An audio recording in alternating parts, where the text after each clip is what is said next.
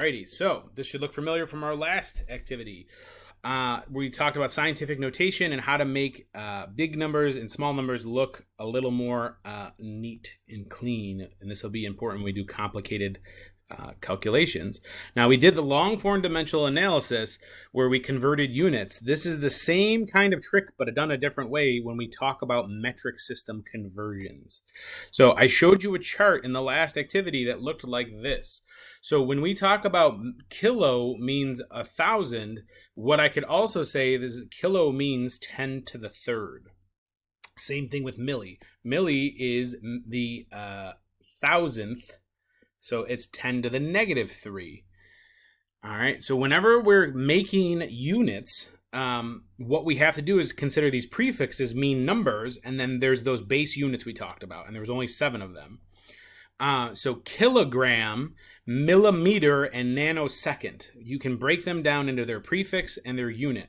So what we're really saying by kilogram or millimeter or nanosecond is 1,000 grams, 1,000th of a meter, or 1 nano is 9? That seems wrong. Yeah, that's supposed to be a millionth.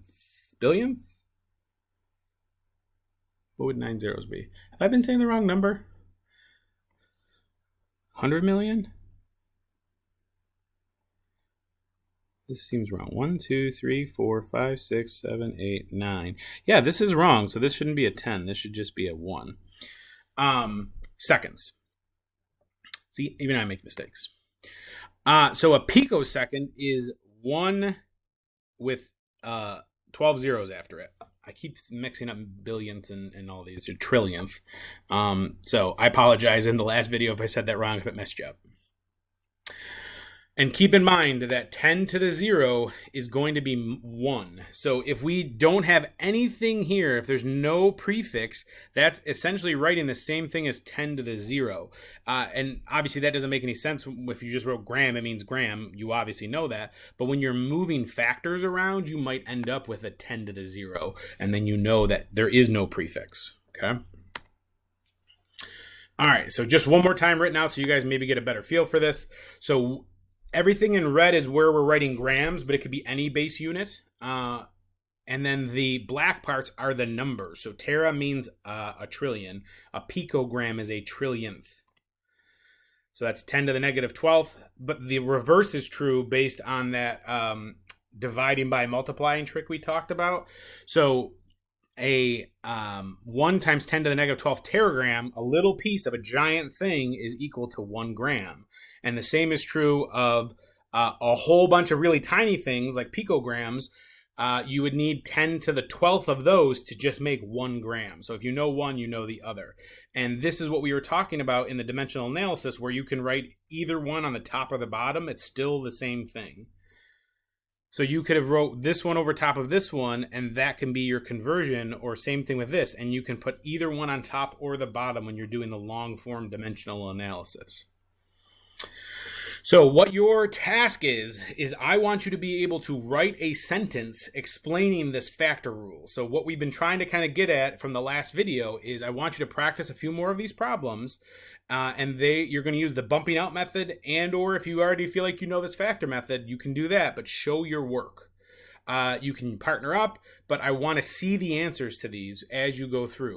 So you're going to use the same chart. All of the units I give you are going to be on here, and you're going to use those factor numbers to exchange it. And remember, it's not written here. 10 to the 0 is the base unit.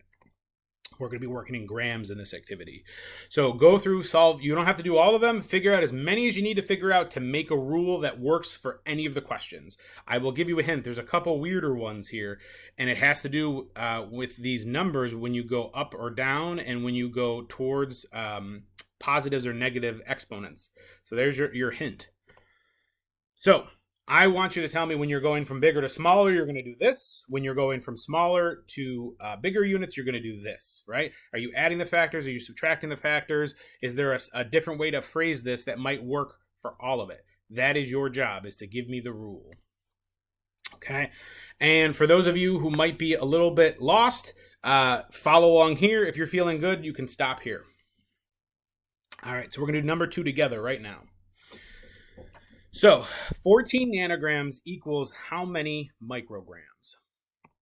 So if we look over on our chart, we know that 14 nanograms, we can substitute the word nano for that factor. So 14 nanograms is the same thing as 14 times 10 to the negative 9 grams. So we're trying to figure out how many, whatever the number is going to be, times 10 to the negative 6 grams. Now, this might not necessarily be useful right now, so let's just focus on the purple part. So we know it's negative 9, and we're multiplying. So we are going to move it out 9 places, and there's those imaginary zeros out in front. So we're going to bump it out, count up our zeros, and we should get this number here. Now, since we're trying to go to nanograms, we know that that was negative 6. So let's try to do it that way with the bumping method. So if we count negative 6, now we're doing this on the opposite side of the zero. So this is where that math thing kind of gets a little trippy. You would be dividing by this number, not multiplying. So it's the same thing as that when we know that a bunch of small micrograms also equals grams. So it's the same thing if you divide it. It's the same thing as flipping it. So we're going to divide by 10 to the negative 6th, which we know when you divide by a negative, it's going to go the opposite direction. So you're going to do it like it's a positive number. So you're going to multiply times 10 to the 6th. And that means you're going to go to the right 6 places. If you're completely lost, go rewatch the last video. Okay, so that means you end up with 0.048 micrograms. Now, this is, again, where it gets a little weird. That's why you're practicing this till you build up this intuition. Because what I did was we took this many grams, because it's the same amount of grams for both, right? Either way, this number is going to be the same number of grams on both sides. So you have to deal with these exponents together. And that's why you end up with this negative 3. And if you think about it, remember we said you're going to add these together, but since we're on opposite sides, it's the same thing as dividing. So you're actually going to subtract them. So when you subtract negative 9 from negative 6, that you get a positive, which makes it negative 3. But we said we want to write our factors out is 1 point something whenever possible. So just from looking at this, we know we went from 14 and we went to 0.04 micrograms. And if you look over on our chart, you're going to notice here's micro, here's nano. They are 3 apart. So when we went from smaller to bigger, it got bigger. This is going to be part of your rules, but it's not going to be that simple. And you'll see why when you try some of the other sample problems. So when we take that bigger number and we make it a smaller number, we are going to make it negative. And this is where this gets a little tricky, because we can use this scientific notation for our numbers and our units. And this is where it feels a little icky. So when we talked about 0.014 micrograms,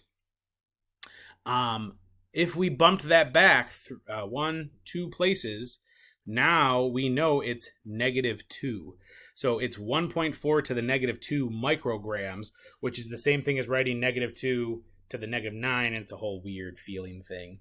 But that's why you got to practice this. So have fun, try to figure it out. So if we wrote out the original nanograms in this same format, we would have also written as 1.4, and we bumped it back 1. So then that becomes negative 8 instead of negative 9 grams, is another way to have wrote that original one. And what I want you to notice is it's that same addition subtraction thing we were talking about. Because we made this an 8, and we know the final answer was in a negative 2 form, right? It's still the same distance apart